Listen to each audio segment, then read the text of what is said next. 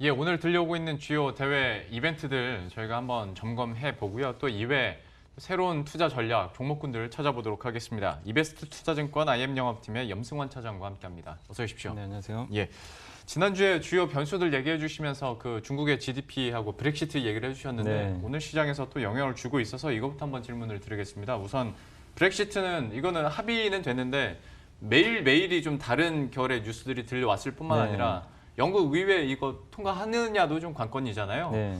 그것도 궁금하고 한꺼번에 다 여쭤볼게요. 중국 네. 같은 경우에는 숫자는 낮게 나왔는데 이게 부양책에 대한 기대감으로 다시 돌아설 수 있을지 아니면 네.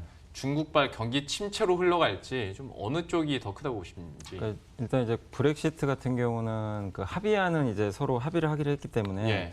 이제 영국 의회에서 내일 투표를 하게 됩니다. 그래서 네. 투표를 해서 이제 만약에 통과가 되면은 이제 뭐 어떻게 보면 소프트 브렉시트로 이제 진행이 되겠죠. 그래서 노딜은 리스크가 완전히 해소가 된다고 보시면 되겠고, 근데 만약에 내일 투표가 지금 뭐 통과 못한다는 그런 얘기도 좀 사실 들리긴 하거든요. 네. 근데 만약에 못한다면은 노딜 우려감이 또 커질 수는 있지만 그게 아마 이제 영국 그 의회 쪽에서 3개월 이걸 또 연장하는 법안을 그러니까 바로 또 제출을 한다고 합니다. 그 EU 쪽에. 그러면 10월 31일에서 내년 1월로 좀 넘어가잖아요. 내년 2월 정도로 넘어가니까 그런 관점에서 노딜 가능성은 남아 있지만 설사 이제 그게 통과가 안 돼도 시간 벌기는 좀 할 수가 있거든요. 그래서 어느 쪽으로 가든 간에 당장 노딜은 아니기 때문에 네. 브렉시트는 걱정 안 하셔도 될 것 같고, 다만 중요한 게 오늘 사실 이제 중국의 GDP가 좀 안 좋게 나왔잖아요. 예. 예상보다. 근데 그게 나오자마자 외국인이 갑자기 포지션을 바꿔버렸거든요. 그러게요. 예, 갑자기 대량 매도로 좀 돌변해서 하이닉스 같은 종목들 집중 좀 순매도를 하고 있는데 이 부분은 외국인들 입장에서는 조금 부담으로 좀 느끼는 것 같아요. 사실 최근에 달러가 그 좀 급격하게 꺾이면서 우리나라 증시도 좀 뭔가 분위기가 좀 좋아지는 쪽으로 전개가 될 뻔했는데 예. 아쉽게도 중국의 좀 모멘텀이 좀 꺾이는 모습인데, 중국이 또 이게 항상 중국이란 나라가 주말에 갑작스럽게 경기 부양책 발표하는 경우가 되게 많아요. 예. 그래서 이번에 또 주말에도 나오는 거 아니야 이런 기대감도 가질 수 있는데 그건 좀 지켜봐야 될 것 같고요.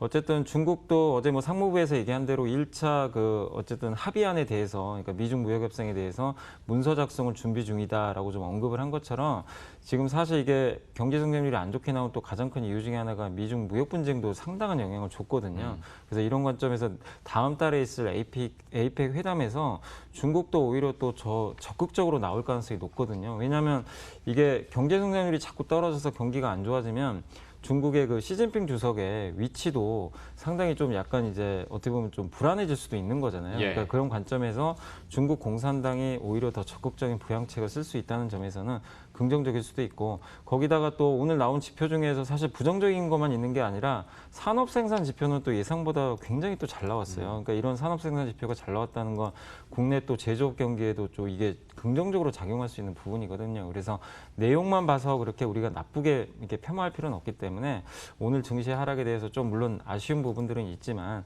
외국인의 좀 갑작스러운 변심에 따른 좀 매도지, 이게 저는 추세적으로 이어진다고 생각 안 합니다. 그리고 어쨌든 다음 달 중순에 트럼프와 이제 시진핑이 만나서 어쨌든 좋은 합의를 할 것이라는 그런 기대감 분명히 있기 때문에 여전히 시각 자체는 좀 긍정적으로 봐주시면 좋을 것 같고, 또 홍남기 부총리가 또 그런 얘기를 했더라고요. 이제 우리나라 경제 성장률 2% 지금 달성 못할 가능성이 좀 높아지다 보니까 좀 조급해진 것 같아요. 이제 정부에서 문재인 대통령도 갑자기 SOC 얘기도 꺼내고, 예. 그러니까 총력적으로 뭐 재정 부양도 할 수가 있기 때문에 한국도 지금 뭔가 지금 이제 급해졌거든요. 그러니까 어쨌든 돈을 푸는 쪽으로 좀 갈 수가 있기 때문에 그런 관점에서 너무 뭐 부정적인 시각은 저는 가질 필요는 없을 것 같습니다. 그리고 마지막으로 우리 한국 기업들의 이익 전망치가 어쨌든 21개월 만에 그 상승으로 좀 전환이 됐거든요. 그래서 10월 달 들어와서 그런 부분도 기업 이익에 대한 좀 기대감도 높아질 수가 있는 거니까 그런 관점에서 시장 오늘은 좀 아쉽지만 예, 그렇다고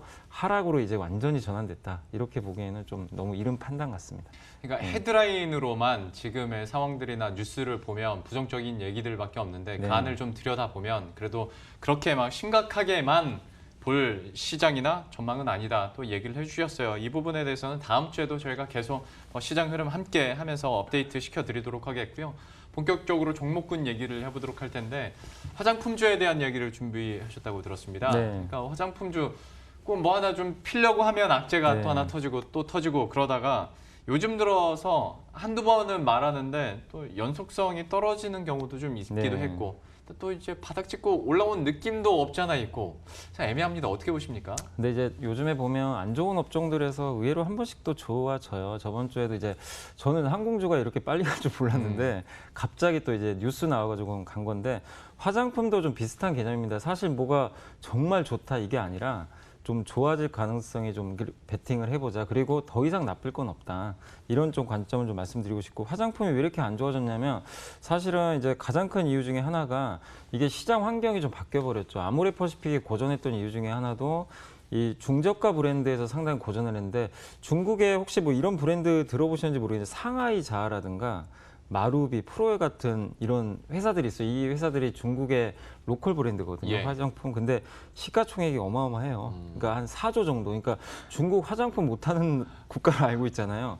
시총이 무려 4조입니다. 그러니까 아모레퍼시픽보단 물론 좀 밑에 있지만 그래도 아모레퍼시픽 그 제외하면 한국에서 사실 화장품 회사 치고 시총 1조 넘는 게 없거든요. 그렇죠. 예. 그러니까 굉장히 좀 약진을 하고 있는데 이 회사들이 지금 뭐 어떻게 보면 공격적으로 지금 마케팅을 하면서 중저가 쪽에 그러니까 고가보다는 중저가 쪽에 마케팅하면서 점유율을 늘렸는데 그게 사실 아모레한테 엄청난 타격을 준 거죠. 예. 아모레는 이니스프리가 그 브랜드에 딱 속해 있잖아요. 네. 그래서 고가 브랜드인 설화수는 잘 나갔는데 여기서 이제 타격을 좀 받았고 그리고 요즘에 그 코스맥스나 한국콜만 아실 거예요. 뭐 약간 불매운동 때문에 그렇다고 쳐도 코스맥스 주가가 왜 이렇게 폭락을 했나 이게 의문부 가지신 분도 굉장히 많으실 텐데 ODM 업체잖아요. 근데 이게 트렌드가 좀 바뀌다 보니까 그러니까 코스맥스도 이게 대형 회사랑 계약을 많이 맺어서 생산을 하는데 이게 요즘에 온라인 시장도 성장을 하고 그다음에 중국의 중저가 브랜드, 한국도 마찬가지입니다. 이런 중저가 유통회사들이 성장을 하다 보니까 예. 코스맥스 같은 데 맡기거든요. 만들어 달라고. 이제 네. 자기네들이 만들진 않으니까.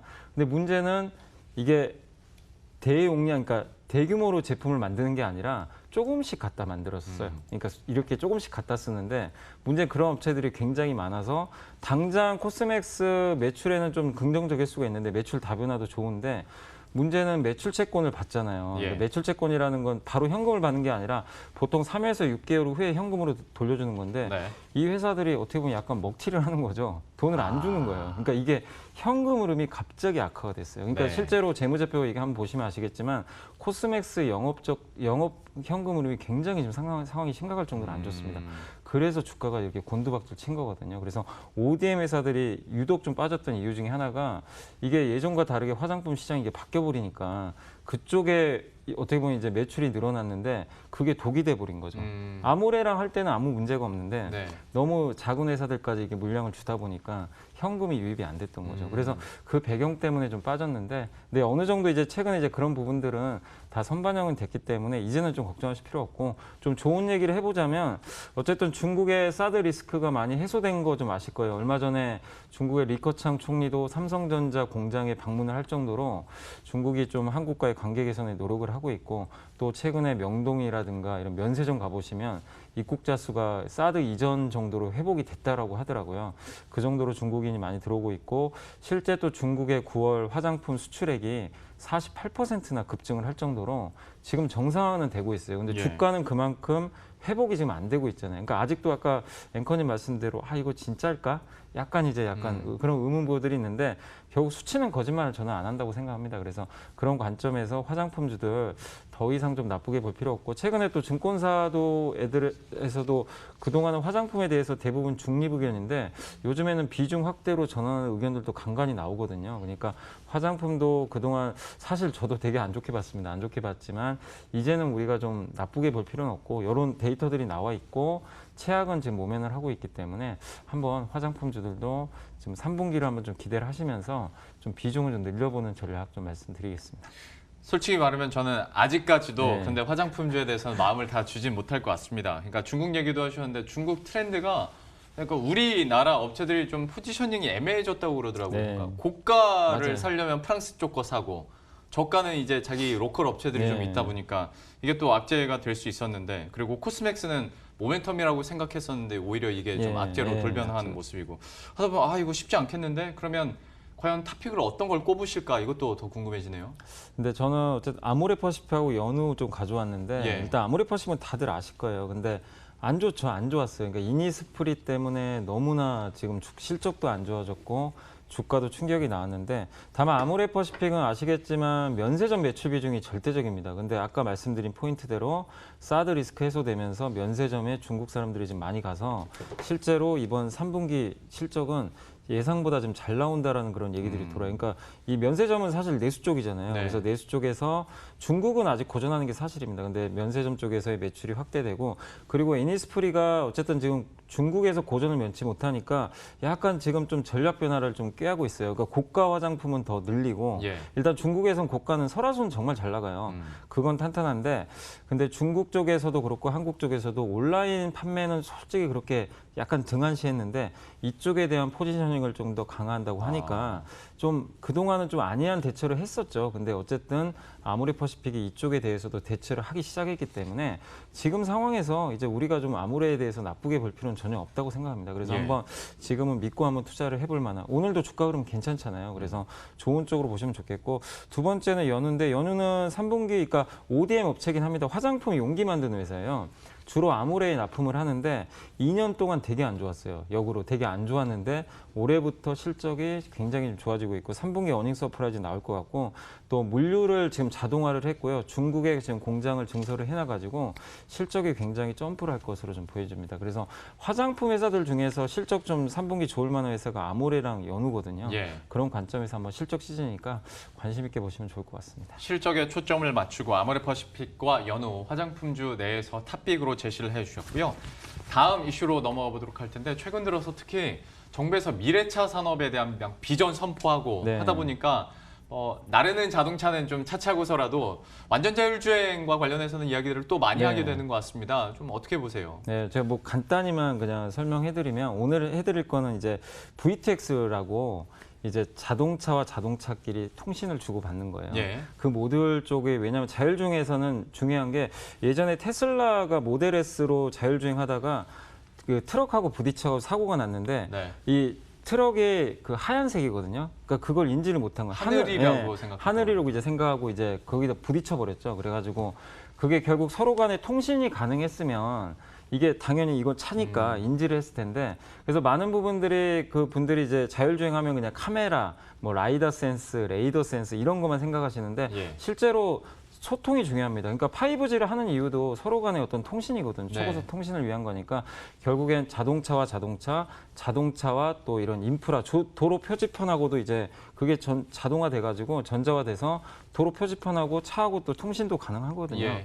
그리고 가장 이제 거기에 관련돼서 CITS라고 하는데 이게 협력 지능형 교통 시스템입니다. 뭐냐면은 ITS는 그냥 지능형 교통 시스템인데 우리 그 하이패스 아시죠? 네. 하이패스는 그냥 ITS예요. 그냥 일방적으로 그냥 차가 지나가면 그거 이제 정보 이제 통신을 이용해서 하이패스에서 그냥 일방향으로 통신을 이제 제공을 하는 건데 그게 아니라 자동차하고 이 어떻게 보면 이제 하이패스라든가 어떻게 보면 이제 도로 표지판이라든가 이게 서로 그냥 주고받는 겁니다. 그러니까 쌍방향 네트워크라고 간단히 이해를 하시면 좀 좋을 것 같아요. 그러니까 그쪽에 있어서 모듈이 앞으로 들어가거든요.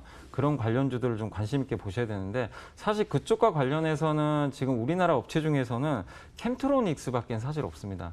이 회사가 지금 그 NXP라는 세계적인 그 반도체 회사 아실 거예요. 이게 VTX 만드는 반도체 기업인데 예. 세계적인 이 반도체 회사랑 지금 협업을 해가지고 이쪽과 관련된 그 어떻게 보면 안테나를 이미 만들고 있습니다. 만들고 있고 또 판교 제로시티의 V2X 사업자로 캠트로닉스가 이미 선정이 또 됐거든요. 그런 관점에서 한국에서 어떻게 보면 유일무이한 또 수혜주니까 한번 관심 있게 보시고 다만 주가 좀 올랐잖아요. 근데 주가 좀 올랐지만 내년 실적 대비해서 PER 6배밖에 아직도 안 돼요. 여전히 싸니까 한번 자율주행 너무 많지만 이쪽도 좀 새로운 분야니까 관심 있게 보시면 좋을 것 같습니다. 그러니까 말씀해주신 그 분야에 대해서는 캠트로닉스 우리나라에서 하나 있다라는 거죠. 예, 근데 하나 말고 또 한 기업은 더 있는데 그건 비상장이라서 아하. 여기서 좀 말씀드리기가 좀 어려워서 네. 캠트로닉스만 보시는 게 지금 좋을 것 같습니다. 알겠습니다. 자율주행차와 관련해서는 뭐 끊임없이 얘기가 나오고 있는데 그중에서도 캠트로닉스 소개를 해주셨으니까요. 이 부분도 저희가 또 관심 있게 그 흐름들도 계속 지켜보도록 하겠습니다. 지금까지 이베스트 투자증권 IM 영업팀의 염승환 차장과 함께했습니다. 오늘 말씀 고맙습니다. 감사합니다.